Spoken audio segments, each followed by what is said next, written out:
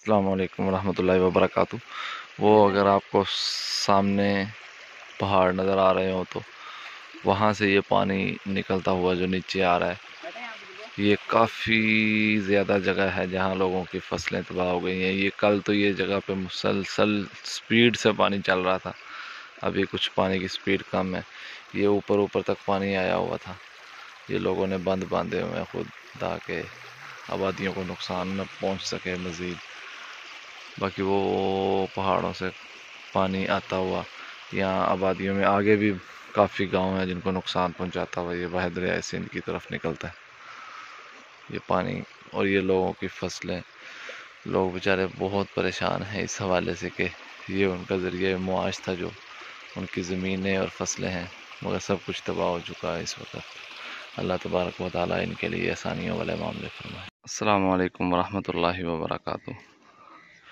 یہ ہے جو جس ایریے میں سیلاب آیا ہوا تھا اور جو مسلسل گزرا ہے، لوگوں کی ایمانی کیفیت چیک کریں کہ لوگوں کے گھر تو تباہ ہو گیا مگر لوگوں نے مکمل کوشش کر کے مسجد کو بچا لی ہے۔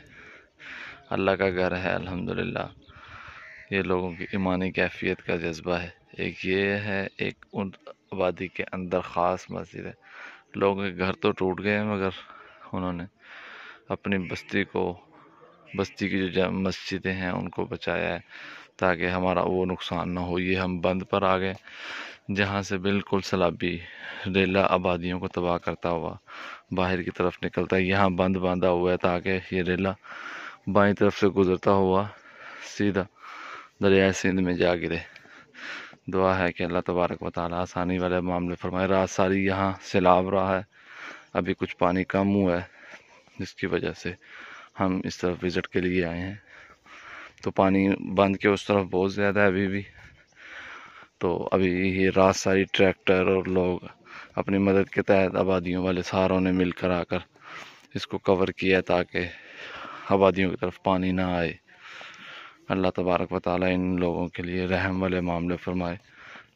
السلام علیکم ورحمۃ اللہ وبرکاتہ۔